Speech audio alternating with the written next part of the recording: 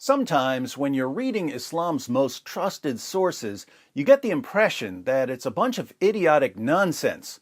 Like when you read that stars are missiles that Allah uses to shoot demons, or that the sun sets in a muddy pool, or that Satan hides in your nose, or that most of the punishment of the grave is for urinating improperly.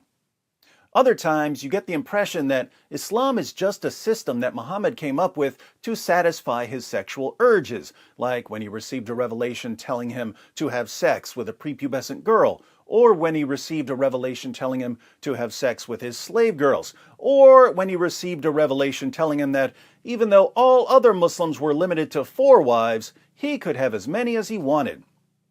Still other times, you get the impression that something completely demonic is at work, like when Muhammad first started receiving revelations and he thought that he was demon-possessed, or when he delivered the infamous satanic verses, or when he claimed that he was a victim of a magic spell that gave him delusional thoughts and false beliefs.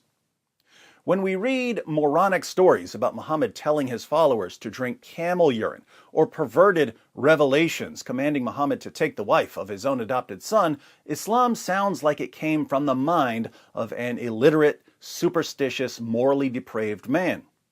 But when we read about how Muhammad received his revelations, and it sounds like something out of an exorcist film, we wonder if there's something darker at work.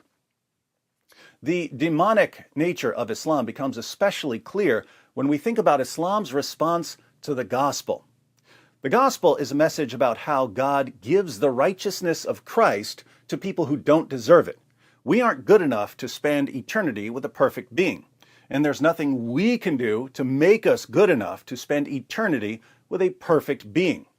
So if we're going to spend eternity with a perfect being, we need a righteousness that comes from someone other than ourselves. The Greek word for gospel means good news. The good news is that God gives the righteousness of Christ to people who did absolutely nothing to earn it. The 3 key elements of the gospel are Jesus' death for sins, his resurrection from the dead, and his divine nature. Jesus and his apostles warned us that false teachers and false prophets would come and that they would lead people away from the gospel. More than 5 centuries later, Muhammad comes along and says, "Hey Christians, I'm on your side. I believe in Jesus too. You believe Jesus was born of a virgin? So do I. You believe he was sinless? So do I. You believe he lived the most miraculous life in history? So do I. You believe he's the Messiah? So do I. You believe he's going to return and judge the world? So do I." We agree on almost everything except these 3 little things. Jesus didn't die on the cross, he didn't rise from the dead, and he isn't Lord. Now, if we can just change those 3 little things, the core teachings of the gospel, then I won't have to violently subjugate you. It's a little demonically perfect, isn't it? A little too demonically perfect. How about this? In Sahih Muslim 69:22, Muhammad says that Allah wants people to sin. He says, "By him in whose hand is my life," sounds pretty serious, "if you were not to commit sin, Allah would sweep you out of existence, and he would replace you by those people who would commit sin and seek forgiveness from Allah, and he would have pardoned them." So if you don't sin, Allah will destroy you, because he can't forgive you if you don't sin. Notice 2 things here. One, if human beings hadn't sinned, Allah would have destroyed us for not sinning. But according to Islam, why did human beings end up sinning? Because Satan tempted us.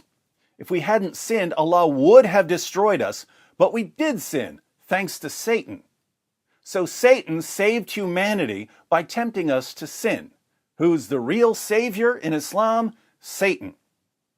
2, if Allah wants us to sin, and he's so enraged when we don't sin that he'll destroy us, who is Allah's ultimate enemy? Someone who refuses to sin. Who's that, according to Islam? Not Muhammad. Muhammad sinned like everyone else. Everyone except Jesus. So Jesus is Allah's supreme enemy because he's sinless. Here's another one. In the Bible, Jesus is repeatedly called King of Kings. But in Sahih al-Bukhari, we read, narrated Abu Huraira, the Prophet said, the most perfidious. Did this guy seriously just use perfidious in a translation? Awful? Perfidious is more along the lines of treacherous and deceptive. Anyway, remember that for your SAT, kids. The most perfidious, awful name with Allah, Sufyan said more than once. The most perfidious, awful name with Allah is that of a man calling himself King of Kings. The most awful name with Allah is one of the names of Jesus. Now think about Islam's version of the crucifixion. Jesus' death by crucifixion is foundational to Christianity. But according to Islam, Jesus was never crucified. Instead, Allah took Jesus safely to heaven. Then Allah took someone else, Judas, according to most Muslims, and disguised him to make him look like Jesus. So everyone thought that Judas was Jesus thanks to Allah's miraculous makeover, and Judas was crucified in Jesus' place. Notice the complete gospel reversal. In Christianity, the innocent Jesus dies on behalf of the guilty. In Islam, the guilty Judas dies on behalf of the innocent, namely Jesus. Islam completely reverses the gospel. It replaces the message of a sinless man willingly accepting the punishment that we, the guilty, deserve, with a message of a guilty man unwillingly being disguised by Allah and executed in the place of the innocent. According to Islam, the crucifixion of Jesus was a massive deception, but it wasn't a deception by Jews or Christians or Romans, it was a deception by Allah. So Allah is admitting in all of this that he's a deceiver who starts false religions and leads billions of people astray. Are you starting to see how utterly demonic this is? It's like Satan came up with the ultimate corruption of the gospel and wrote, "Satan was here," all over it, and spent the past 14 centuries bragging about how people will believe his ridiculous story anyway, even if that story was brought by the most obvious false prophet in history. You atheists who are watching, be honest. When you see what the gospel is, and you see that the job of false prophets is to corrupt the gospel, and you see Muhammad claiming to be a prophet, but completely reversing the gospel in truly demonic fashion, don't you start to wonder if there really is a spiritual battle going on all around you?